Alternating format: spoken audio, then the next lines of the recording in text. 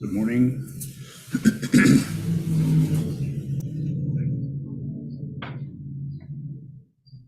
Today's talk is titled Observe, Observe, Observe, Without Expression.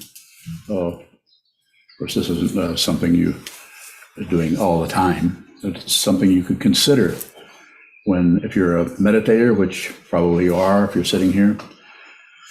Before we get into that, first I'd like to thank all of you for everywhere for helping us to sustain this particular mandala, this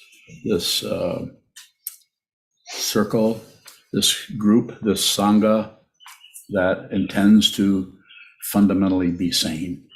And if you want to be fundamentally sane, you might have to look at a lot of insanity. You can't just be sane. Or maybe you can. Go ahead. Get back to me. Let me know how you're doing. That's the issue with trying to do something without seeing very clearly the obstacles, both completely visible and invisible to the perceiver, who may be clogged up with ideas about stuff, opinions, beliefs, judgments, prejudice. Please continue to help us if you can. If you can't, please continue to join us, because this is very helpful to have a sangha. The three jewels, the Buddha, the Dharma, Sangha, very important. I didn't realize how important the Sangha was until I've been practicing for over 30 years with the Sangha, and realized the way in which they're helpful. And that cannot be put in words. You have to see that, or not. It seems to be very important here. So observe without expressing. I could also say receive without producing. There's all kinds of different ways of saying the same thing. I'm usually giving the same talk over and over with different titles. I want to encourage you to look, smell, taste, touch, and even think, everything, thinking too. We don't have to set the thought processes aside. Receive the thoughts. If you can, don't express, don't add, don't do anything with what arises, anything at all with what, don't write poetry.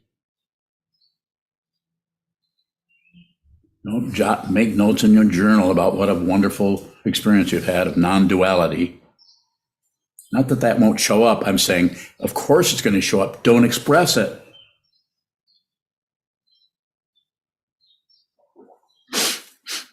Unless you're working on a book of poetry, then of course, write everything you want. The idea here is not a strict like, oh my gosh, don't do that. No, it's be aware that you're doing that more than anything. But you may have to put a little tether, a little lunge line on that pony of your thought patterns, so you can see the circularity. That's what a lunge line does, if you're familiar with ponies. So that you can see the way you continue to take what arises and use it as a credential for something else or proof of something else. The very nature of relative truth is to pull you into the relativity and just make mincemeat of you, or make souffle. Do something with you other than what's appearing.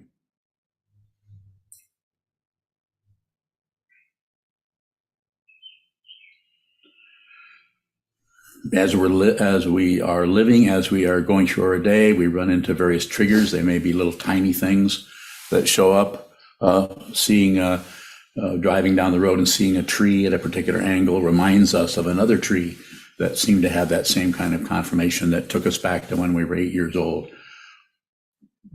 Think about that. You can reflect on that. That triggered that. That triggered a memory. But then there's other kinds of triggers that we tend to blame. You don't blame that tree.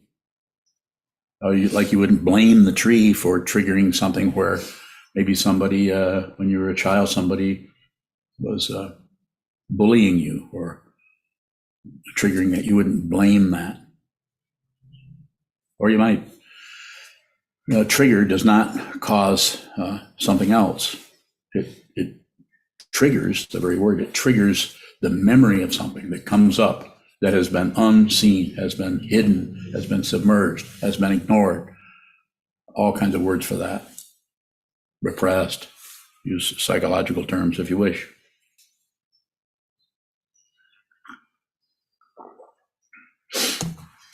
Awareness is about being aware of what is happening rather than taking what is happening and jumping this way or that way. And I like it, I don't like it, it's good, it's bad, on and on and on. Constantly creating this structure that protects what's traditionally called in the Yogacara tradition, the seventh consciousness, from being what? Seen for what it is, just seen. Self-love, self-reference, what are the other ones? Self-delusion, pride of self. Those are hard to see. The pride is very sneaky because it just looks like it's just the truth. I'm just really know more than others. I'm greater than others. Seem to have more insight than others. Especially that one guy. He has no insight at all. I'm the one who has the insight there. I'm glad that I'm able to help him with all of my incredible insight. You cannot take your insight and give it to somebody.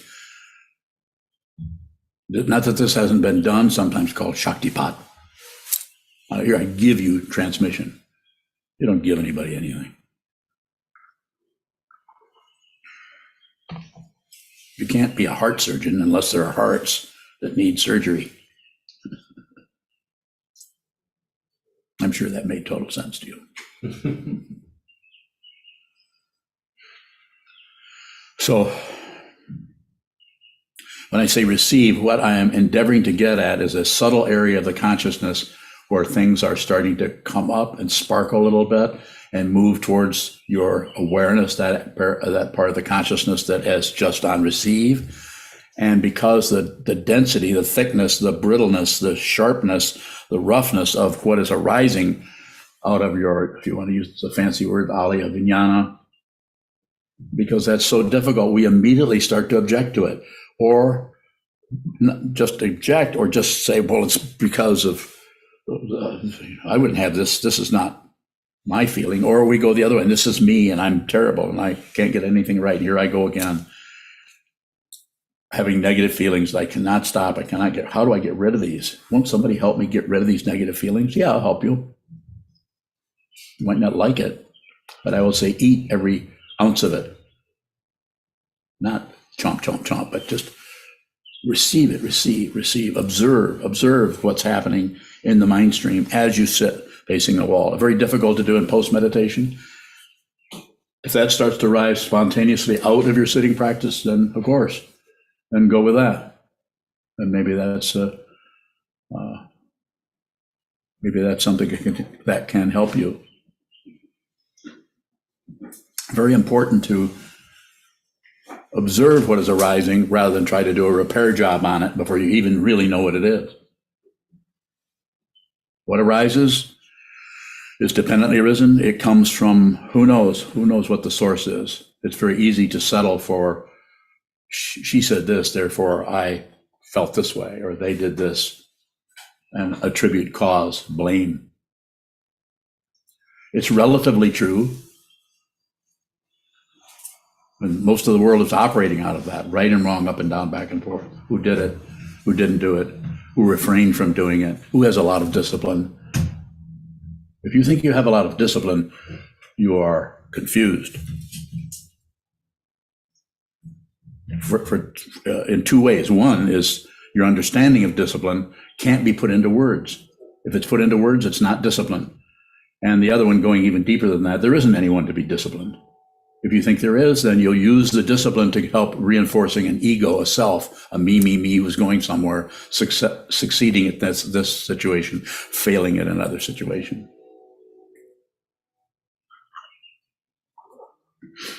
So insofar as you can, through the practice of meditation, which you need to do a lot of, train yourself, retrain yourself so that you can actually observe what arises in the mind stream unsummoned and maybe untriggered. Maybe you're just having a very negative feeling. You wake up in the morning and it's not such a good day. Maybe just the sky is overcast. That might be enough.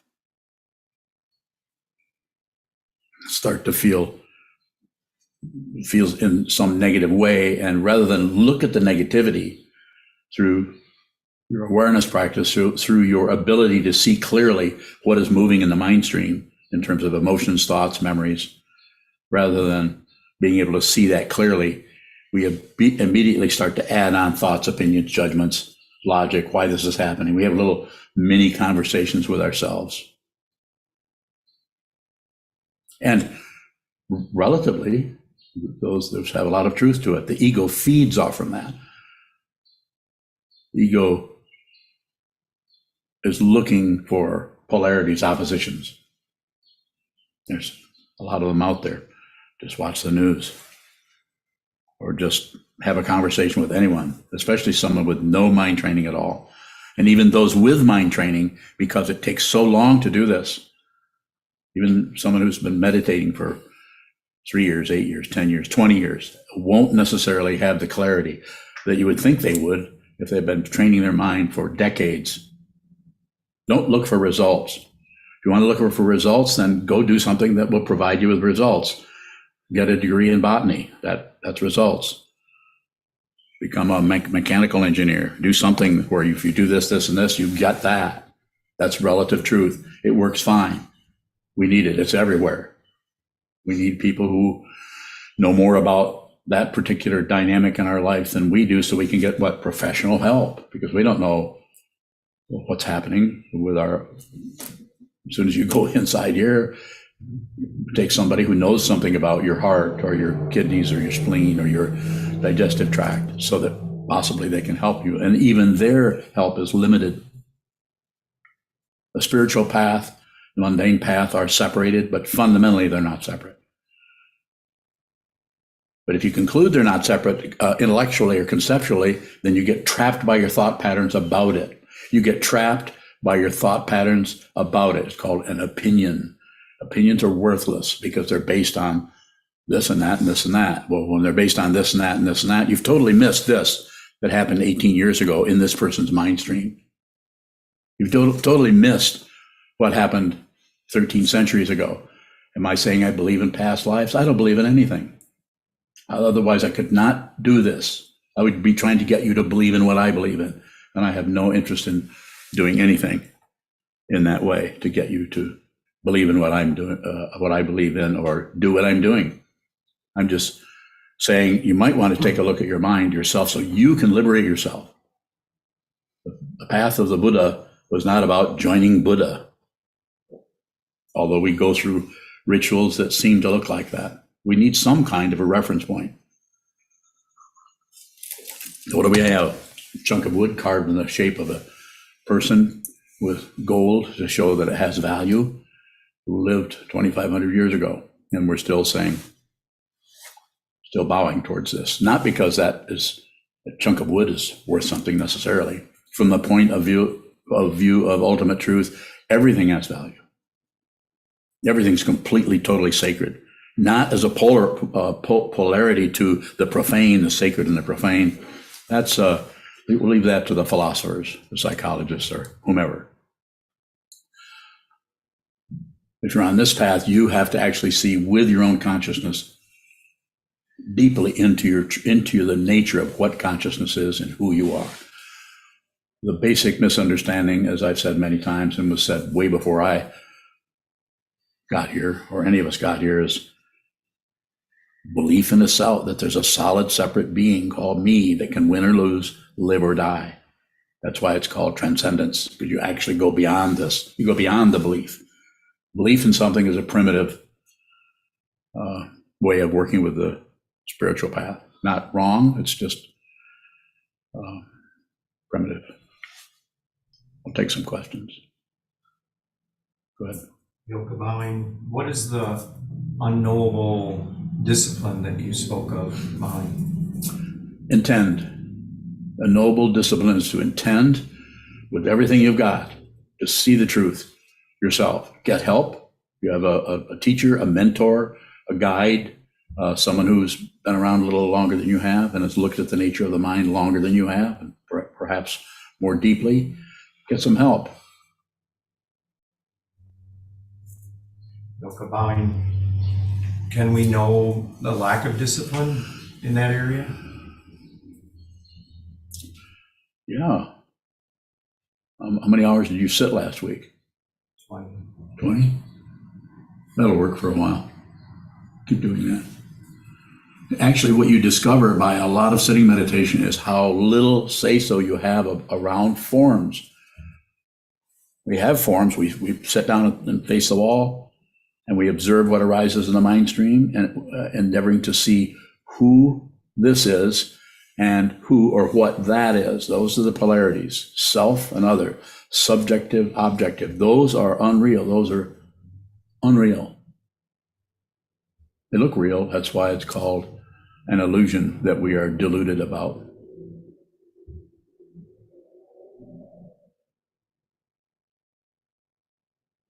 Beyond knowing, what is the best thing that I can do about or with my beliefs about you when you're not here anymore? You think I'm going somewhere? You may be surprised. You just can't find what room I'm in. More? What you're looking at here is a human form that will go away. What this represents can't go away because it has never appeared. If something appears, it's going down. Human form is going to die. A bird is going to crash. The dog is going to bark. Things are going to occur. It's called relative truth, and it's such an incredible illusion that we're deluded by. We think this world is real. Well, of course this is here. It makes a sound. I'm here. I can strike this gong. I can stop it. I have all kinds of controls, all kinds of say-so. A limited amount. You have a limited amount. But this is coming to an end. Everything in here that is living and breathing is coming to an end. I'm not making a threat to you. It's something you don't already know about, of course. But we all think, well, not yet. Not yet. I'll be around for a while. I'm not saying that so much anymore. Go ahead. Beyond knowing, are you suggesting that after you pass that I keep looking for you?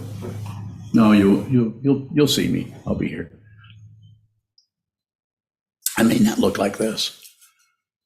Just continue to train your mind. It's not about worshiping me or anything. It's not about worshiping anything. It's about the intention to see what is true yourself, using these forms, this particular structure that's been around for 2,500 years, passed down through person to person, down through the centuries, through different cultures. It's just amazing that it's still here. And part of the reason it's here is because nobody can figure out what it actually is. Otherwise, there'd only be one Buddhism. Instead, there's lots of different Buddhisms, approaches. Go ahead. No? When your body's gone. You mean this one? Yeah, that one right okay. there. Let's think about that for a while. Yeah, I probably won't have that kind of expression on my face. More like that's not me. This is not you. You're not. You're just your body. There's some aspect of consciousness that has come together with a body, mind, and is showing up in the form of a receiver. You receive smells, tastes, touch, sounds, sights, thoughts. You receive thoughts. You do not produce thoughts. If you think, I don't think so. I know that's not very funny anymore. I think I said it 3 weeks ago, didn't I? No? Well, only Pao Shan would know. I said it 60 seconds ago. Well, Beyond knowing, when your body's gone, it'll look like I'll still have beliefs about you. okay. Those will. Just look. You don't have to stop believing. You don't have to start believing. You don't have to ignore it. Just look at it. It'll do. If you just look at something, whatever that may be, it will not change into something else unless you fiddle with it, unless you push on it, unless you do something with it. Then it starts to rotate around, looking for a hideout. More. Underlying, you say observe without expression. Yes, What happens if we radiate our sadness or anger or that's an expression. anxiety? Okay, so when I say without that, I know you can't help it. I can't help it. I can't help but feel however I feel and look the way I look or express difficulty. But it's about being aware of that. It's about being aware, not necessarily stopping it. We don't really have that much control. But it's being aware that we cannot change how we feel. Go ahead. Underlying, can we receive? What does receiving look like of our own emotion that's coming up? How can we receive, observe without expressing? Probably can't. But if I say that, then that puts some tension on it so that when you do have emotions that seem to arise in your mind stream, unsummoned or triggered, that don't even feel, they don't even feel like they're yours. They feel like somebody else did that to you. And they may have the interaction, but in relative truth, is going to look like this caused that, caused that, caused that. It's called karma. But there's no fundamental cause for anything. So it's about observing that. If you observe that, that tends to slow down quite a bit. It may stop, it may not stop, but what we're basically looking for there is to see, is there someone there? Is there an identity here? Is there an object out there? That's the fundamental misunderstanding that is overwhelming. Go ahead. Underlying, so you're saying observe the physical expression of the emotion that's coming up, or do we observe the identity that seems to be so? Both. Well, I'm watching my hand move. I'm not stopping it. I could sit like this and just talk without moving at all. So it's always about awareness, not about thinking the right thought or doing the right thing. It's about the awareness of what is happening. And that's uncomfortable, especially if you're sitting on a cushion, looking at a wall, and you've been doing that for days, months, years, hours, every day. That's uncomfortable to do that. But we do it anyway, because when I say we, it's up to you. You want to see the truth of what this is yourself. You want to actually see it yourself, not just a bunch of opinions about everything, which actually get in the way of what's actually there. A person can live their whole life with just opinions, judgments, evaluations, and can be relatively correct. Well, this is happening, that happened, then of course this is the truth over here, relative truth. But to actually see truly what this is, it seems necessary to have a spiritual path whose intention is see what this is yourself. You see it. It's not believing what the Buddha believed. The Buddha probably did not believe anything. Go ahead. What about observing our fellow Sangha members who are radiating, or it feels like radiating? Negativity? Yes, we look at our own reaction to that, or Yeah. is there some way we can Both. receive theirs? But you could see somewhat, but look at your reaction to that. Look at what you're producing, not what they're producing. They're producing is not really any of your business particularly. It's their karma. They have to take care of that. If they turn to you and say, I'm having difficulty, I'm having a lot of negative feelings, can you help me? Then you could listen to them. You could say, you're a therapist, so that's something you do for a livelihood. So you're listening to people all day long. Isn't that true? So what do you think about it?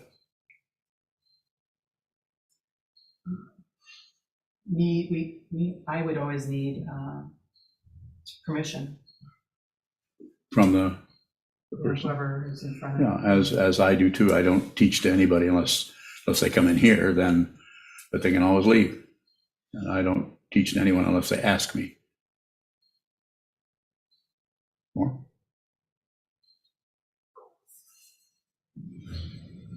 Yes, sir. Can awareness arise before identity attaches to it? Yes, does it all the time. The identity doesn't know how to do that, does it? So what is it you want to know Um, that I can possibly help you with? Bowing, observing without expressing, Yes. can we actually see that, Bowing? I feel that we can. It's much easier to do if there's some warfare going on or some kind of fear, which we're covering it up. We're very successful at covering up fear. And quite often that looks like we use hatred of someone else to cover up that we're afraid. So much easier to feel for us to feel just angry at someone, pissed off at somebody because they're doing this or doing that, when you don't really realize what's happening is you're fundamentally covering up your fear. You may never even realize you're afraid until you're on your deathbed. And then you realize there's something I've not been practicing here. It's called the spiritual path. But you may not realize that the cultural context, the culture, your particular karma may not really allow an opening for you to do that, to have a spiritual path. More? Pashan Bowing, what does awareness look like when it's not attached to an identity? You won't see anything. It doesn't mean that the eyes won't be operating. You won't see a tabletop, or you won't see a wall, or you won't see a person, or you won't hear a voice or smell a fragrance. It doesn't mean that you aren't receiving it, but there's no one there anymore. So therefore that is, it's just has its own kind of energy. When I say its own, it's just the energy that doesn't belong to anyone, anywhere. No one owns consciousness, but it's on loan to each individual for a little while. And then what you do with that is whether you turn yourself into an oligarch or a dictator or a tyrant of some kind, or whether you realize the incredible pain and suffering that's going on in the world and turn yourself to helping others. So that there's so many different things that are dependently arisen. More?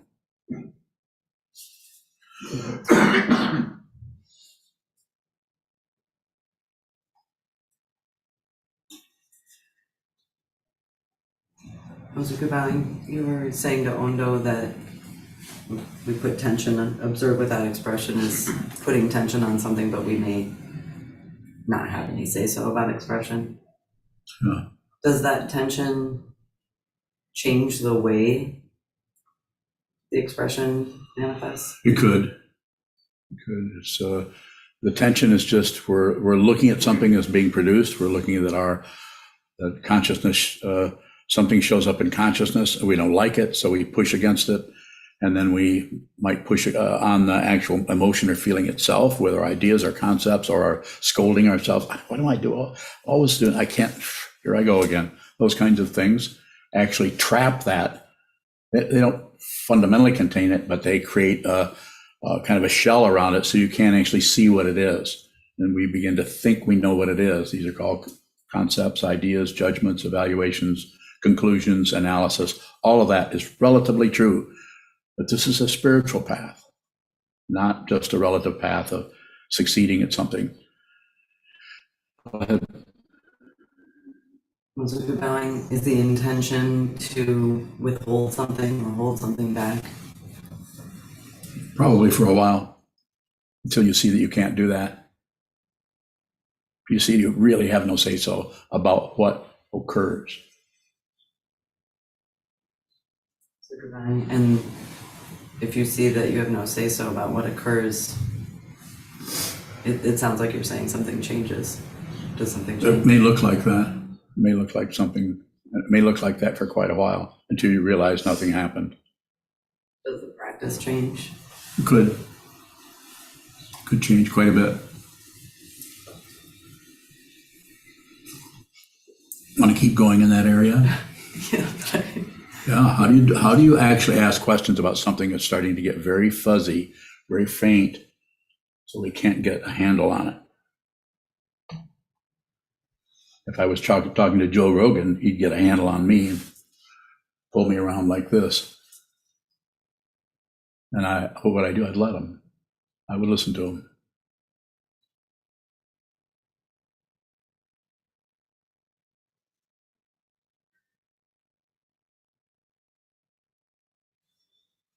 Any questions on Zoom?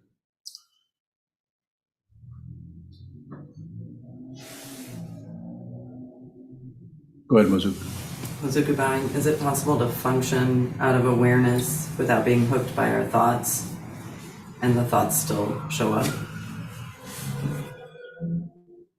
I think that it is, but we won't get a credential for it because it's just we're in and out of that all the time in terms of clamping down on something or just relaxing and feeling the wind blow past our ears and hearing. We're there all the time. We're not separate from that, but we separate ourselves out based on fear.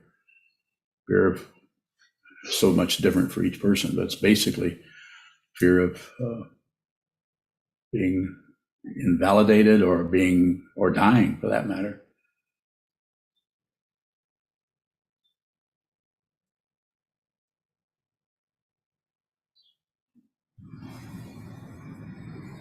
Another question? Yeah. Okay. Yes. True bowing. It often seems like I am missing a lot of my surroundings. Like I'll walk past something and not see it multiple times.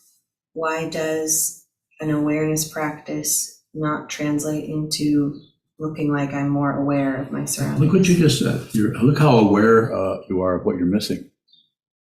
That's awareness. You can't tell me about that unless you're actually becoming more aware of that you're not seeing some things. You're not, you follow a little bit what I'm saying? The awareness is, you're actually aware that you're shutting down in some areas. Like I'm aware, there's no way I can be aware of the scroll that's behind me. I would have to do it through memory, which is not so dependable these days. Just like if I'm looking at you, I'm basically ignoring everyone else somewhat. So your very question is telling me how aware that you are, that you can't really track everything. You can't be. So that's good, but you can't. And eventually it develops. And when I say develops, that's just a relative word, a way of talking about it. It's not exactly a development. It's more of an uncovering of something. You'll eventually see, if you keep going, that there isn't anyone there, that the awareness has its own dynamic. Awareness is aware, consciousness is consciousness. There's no identity there that is conscious. Kind of peculiar. Once that's the case, then you're no longer worried about the identity. Then the identity may come back. You know it's unreal, so you don't care what it does. When I say you don't care, that doesn't mean that you just kind of puff up and you can do anything you want because now you're enlightened or something.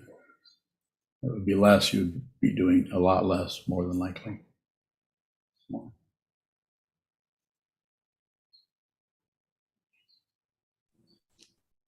Kayan Baron, Yes, sir. you often say if we see what this is, we won't know what it is. Yes. That effect. Is there still curiosity about what we don't know, Bowing? Yes, there may be even more curiosity because then we are really aware of how much there is that we don't know anything about. It's just it could engender a lot of curiosity about maybe certain areas of working with relative truth or even ultimate truth, if you want to call that an area. So yes, you could be even more curious about it. And because of your sitting practice of meditation, when you begin to work on something, your focus can be a lot stronger because you're less distracted by, you've been practicing being not distracted, being aware. You're aware of you're no longer stopping thoughts. You don't mind having negative thoughts. You're not particularly overjoyed by having positive thoughts. You're no longer particularly seduced by the thought forms, either negativity or positivity. Oh, I think I'm having a blissful experience. I think this must be the ultimate Vajra-like samadhi. Probably not. So does that respond to your question about curiosity? Because that's a good area there, curiosity. Kayan Bowing. Yeah, I guess I just it struck me today that you're teaching on not knowing. I was treating that as a way of shutting down, but that didn't seem right from what you teach. Probably. So just like if a person is in prison or is in shackles, and they're fighting with that, and they're fighting with demons in their mind or wherever, and it's anger, anger, anger. There's no curiosity there. But you could be in the hell realm and have some curiosity, which is human realm, which is actually, rudimentary, but it's actual intelligence, that it's actually looking at something. You're actually looking at what's around, and you might even be looking at the side. Could I slide that off my hand? If I got my hand together like this, could I slide that off? I'm using a really obvious metaphor, but it's like, if you see, you have to look at the prison you're in. You have to look at the bars. And if you're constantly blaming someone else for how you feel, blaming someone else for putting those bars in front of you, it's because of them. If they hadn't done this, if she hadn't said that, if my mother hadn't treated me this way, not that isn't relatively true. I'm not saying it wouldn't help you in therapy, maybe, to go through all that and get some of those hammer marks off your skull. Possibly. But a spiritual path is about transcending. You actually go beyond the relative warfare of it. If you're trying to win a war, I say, don't go to war, don't go to peace. Don't try to be peaceful. Look at the warfare. As the poet Kabir once said, and I have to paraphrase, if inside your heart you have a loaded gun, how can you have God? How can you do that? You have to, first see there's a gun, then possibly unload it, or with your magic powers, change it over to solid styrene. Styrene's never killed anybody, except, I guess it has killed a lot of people chemically. So being aware of the prison, having some curiosity about your neurosis, having some curiosity about anything, puts you in, of the 6 realms, the hell realm, the hungry ghost realm, the animal realm, human realm, jealous God realm, those types of consciousness, those kinds of locales in the mind that is either fighting or shutting down or demanding, whatever. Human realm is still full of passion, still full of grasping, but you actually have some curiosity about how you why you would even want that. Might be a why question or 2 in there, or 50, but eventually there's going to be a what question. What is this? Also starts with a W. If you say why, you're going to get a because. And if you're a scientist, then you're probably going to work pretty well. But at some point, what? What is it? This is what physicists are apparently doing, I guess. I don't know how they're doing on that. But what is stuff? What is thing? What is this? What is it? You could do that this way. What is a thought? And rather than just, I've been thinking this, I've been thinking that, now I'm thinking this. I need to think more about that. I need to figure this out. Yes, sir. Jeez, I'm buying. Can we be curious without looking for something? Yes. Yeah, and that's Shikantaza's prime example of sit down, look at the wall, and just watch what moves. A lot of curiosity there. Go ahead. Jeez, I'm having more trouble formulating questions or investigating in some sense, and I'm wondering if there's a level of ignorance or if curiosity can still be functioning if that's not arising. It may be functioning in such a way that it's not ready to produce anything in that along the lines of a question or something. So, I say if you have a question, ask, but if you don't crank one up. I can keep asking myself a question and keep talking, or I can shut up and leave. Yes, sir. Andy. Is there any end to asking what? Yes. You often say it's turtles all the way down. I mean, Yeah. 15th turtle. turtle, that's where you stop at. 16th, 17th, they're looking up at you wondering, how about us? Yes, there is something, nothing stops particularly, but there is a kind of stopping, you could use that word, that where you no longer are looking for something else. That doesn't mean the curiosity isn't there, but it still operates on a pretty low vibe. What is that? Or what was that sound? That kind of thing, rather than what is this? You know what this is. And you don't know it in terms of that the physicist still talking about a particle or a wave back and forth. They're trying to, they don't really see what they're looking at right there. There's no difference between a particle and a wave. There's no difference between your right ear and your left ear. It's more obvious, except one's on what? The right side, and the other's on the wrong side. More? You're an attorney, you tell me. I don't know. It's, I just, when I've looked at my hands before and been curious and been like, what is this? I just don't get to any.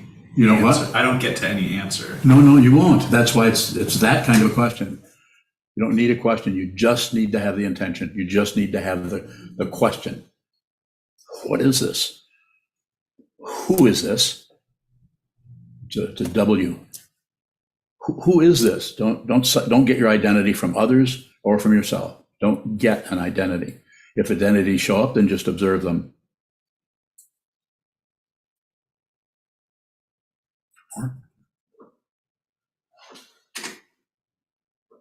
Sanho, you're an attorney. What do you think? Less and less, apparently. Okay. David Bowie? Naveed, are you an attorney? I don't know. I'm not. Okay, how are things in Iran? You mean Iran itself? No, you. Everything's fine. Okay. What is your question? Does individuality ever cease to exist? Well, it doesn't need to, because it's you see that it's unreal. The consciousness that has been aligning itself with an identity that needs help, that needs support, that doesn't want to be criticized, that needs to be right. That identity is an aspect, you could even say an area of consciousness. I don't know if it's an area or not. It's just a dynamic of consciousness that tends to grasp and tends to be self-referential and full of pride and full of love for itself, or himself, herself, themselves. And so it doesn't have to, you just eventually see that the identity, it's kind of an odd thing, because it's not some kind of miraculous aha moment. It's just, it's very simple, ordinary. You just see that the body is here, is dependently arisen, and a part of consciousness happens to show up here, which gives a feeling for, it's my hand that's moving, but there's really no identity here. It's just, it's a hand. I mean, everybody wave their hand, okay? So those aren't my hands, those are your hands. But on the other hand, no pun intended, there's no ownership anywhere. We have it's a temporary thing. You get to go like this, or you get to go like that. So it's a very simple dynamic. This is why the whole the sound of one hand clapping and all the other Zen sayings down through the centuries that have been trying to take, when someone has realized what this is, say, oh, I don't know if they'd say, oh my, they might have said that in Chinese or Japanese or Korean, but they would say, there's no way to say this. There's no way to point to it. And then maybe you would come up with the Zen koans or Zen konghans, ideas that would help point in that direction, that would help possibly help you, trigger you into just receiving what's in front of you. This is why the shikantaza, looking at the wall, watching the mind stream come and go, come and go, come and go, come and go. Things arise, things go down. You don't grasp them, you don't reject them, and you don't ignore them. And through that process of training the mind, you eventually see what this is. And I can tell you in 2 words what it is. That may be helpful to you a little bit. The only thing I have is not separate. There's nothing separate from anything else. It's not that your eyes aren't in your head looking at this person or looking at other people, but that it doesn't add up to something else like a me. It does not indicate a self anywhere. There is no solid self in the skandha's form, feeling, perception, concept, consciousness. Go ahead, Naveed. David Bowie. So when you're not here anymore, what will be the difference between your consciousness and Trungpa or Kobin's consciousness? No, there's no difference. Consciousness, I make no claims. I can't claim, oh, I have a direct link to Trungpa Rinpoche or to Kobin. I don't have to have a link to something you're not separate from. And then knowing that you're not separate doesn't feel like some kind of a homecoming. It isn't like, oh, finally I've returned to my true nature. No, it's ordinary. It is flat, just like both of those gentlemen were. When it was time to be flat, they were completely flat. They were both very, very situational. Wherever they were at, they were exactly genuine all the time. And they're so genuine that you couldn't really tell that you were talking to a monk in both cases. At least that was my understanding of that, meeting both of them. Totally different wiring, totally different chemistry, just completely different. I'm just even amazed to see them shaking hands with each other in a photograph. Sanho, go ahead. Sokuzan, does fear come up for you around death? Fear around what? Death, yours. Yeah, but it's not anything particularly complicated, because I understand that, well, not only me, but all of you can't die. There is no death. This is an illusion. And it's by being stuck with your body and thinking you are a body.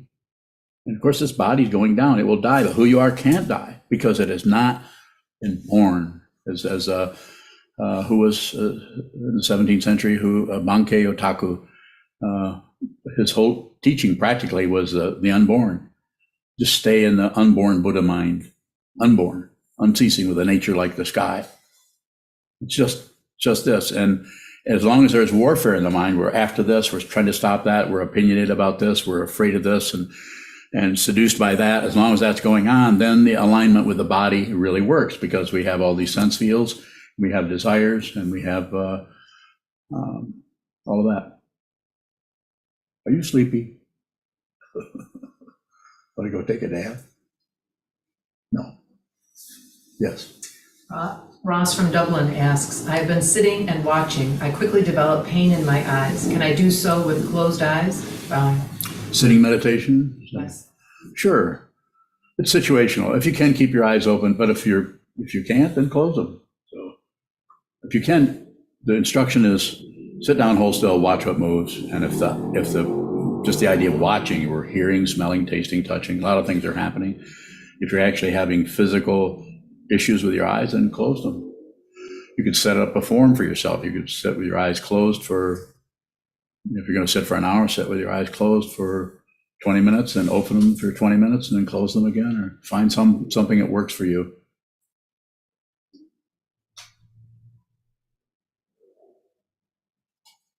Are there a few questions more, or are we done?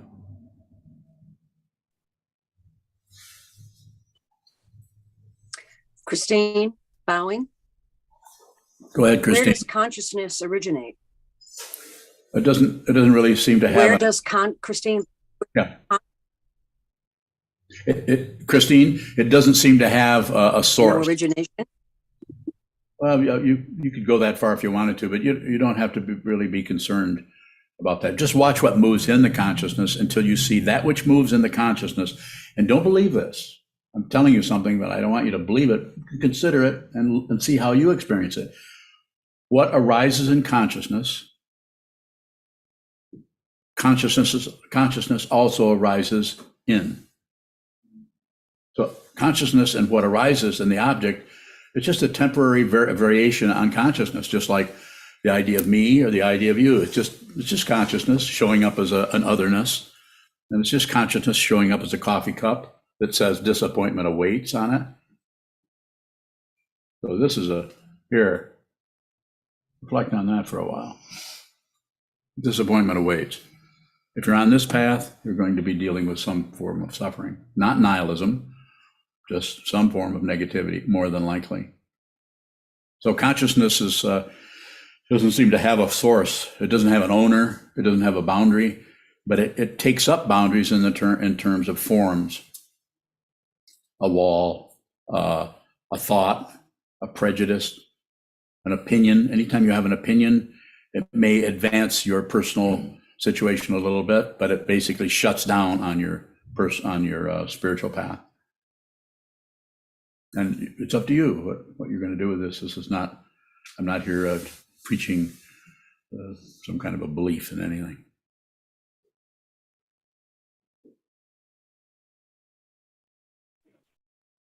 Sokuzan bowing. Sokuzan, go ahead. I was looking right at it. Nice Show has a question in the chat box. She asks, what is meant by teaching? Bowing. Teaching? Yes. Well, I could ask you, Nice Show, what do you mean by that question? But I will say, someone who functions as a teacher can't do that without a student unless they're promoting themselves, unless they're making promises. I don't make any promises. I can't function as a teacher unless there's a student. So you would have to sit in front of me and ask questions like we're doing here somewhat.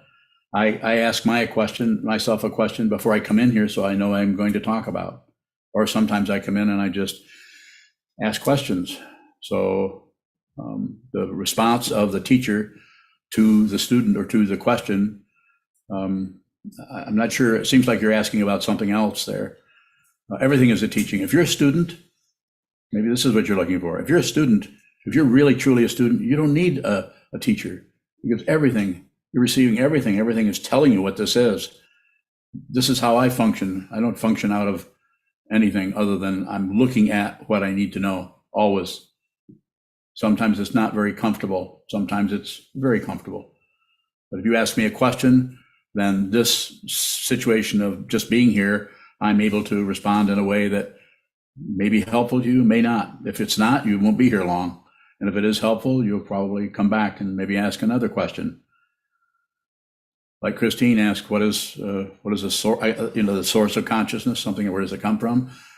I have no idea. Consciousness is a word that points to something that we don't even know what it is or understand it. We just know that through the eyes, through the organs, we are aware of visual objects, auditory sounds, smells, taste, touch, and it creates an illusion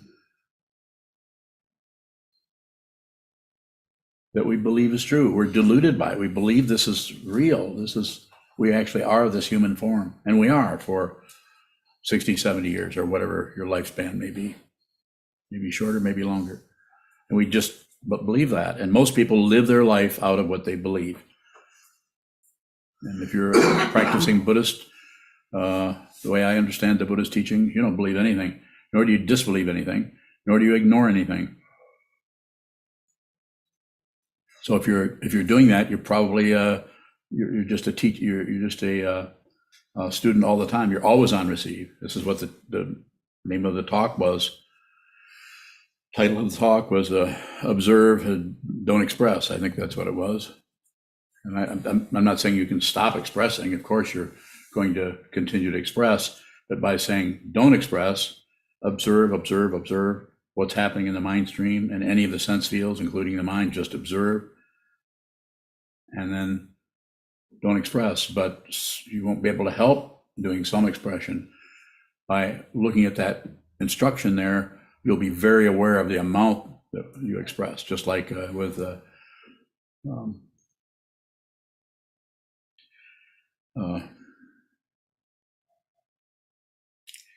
trying to think of the question. It's Junchu's question about being aware that she's not aware. That's kind of where you were blocking things out or not seeing that, and then realizing later you had not understood or not really seen that clearly. Wasn't it something like that? But that's still awareness beginning to operate in those areas that are darkened out by ignoring, just a kind of a knee-jerk ignoring everything. So awareness is working in so many different ways, it's probably impossible to track it. Be a student. Be on receive all the time. Listen to everyone. Listen closely to what everything is listen to not only the tone of the voice, but the words, but what is being said in the sentence that's being expressed, and listen to the way the tone shifts. Watch the body language, not by way of interpreting. If they sit like this, that means they're defensive. Don't leave what you see for what it means. This is a different area altogether. Just watch the movement and include that. And your innate, I say innate, your intelligence that is not about thinking, your innate intelligence will bring that together in a deeper understanding of consciousness only. It will happen. It's not even an occurrence, because if it's an occurrence, then something occurred. And I'm not saying that something doesn't occur, but it's more like an uncovering of something rather than grasping or understanding or getting something. It's already there. We cover it up all the time. And as soon as you see it, if you grasp it, it's gone, because it doesn't have ontological status as a thing. It's not a thing. If it's a thing, then it's separate from everything. But even though you may want to possess it all yourself.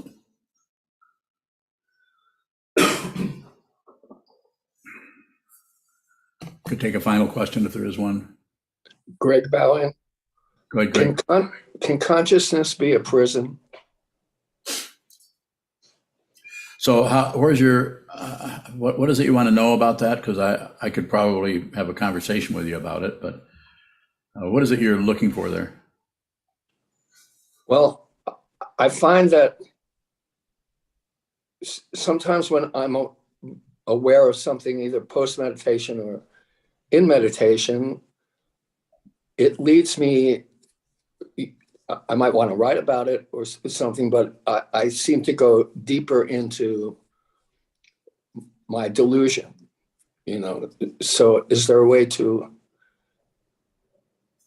both be aware and escape the illusion at the same time? Maybe not, but the way you ask the question tells me you already are aware of what's happening there, but you're looking for some kind of a conclusion about it, perhaps, or some way of dealing with it. And I would say just sit more. That doesn't presume that I know how much you're sitting, but I have a little bit of an idea how much you sit. I would say add on a few minutes here and there, so that there's more time spent sharpening the blade instead of chopping vegetables. Vegetables are thoughts. Thank you, Bow. Yes, sir. Very good. Thank you.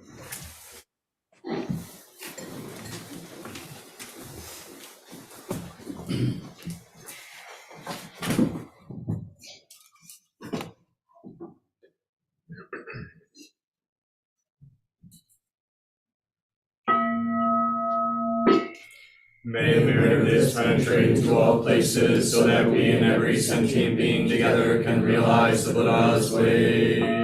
Ji-o san shi shi-fu, shi-son mu-sa mo-ko-sa, mo-ko-ho-ja-ho-ro-mi. The 10 directions, the 3 times, all Buddhas, all venerable ones, Bodhisattvas, Mahasattvas, the great Prajna, Paramita.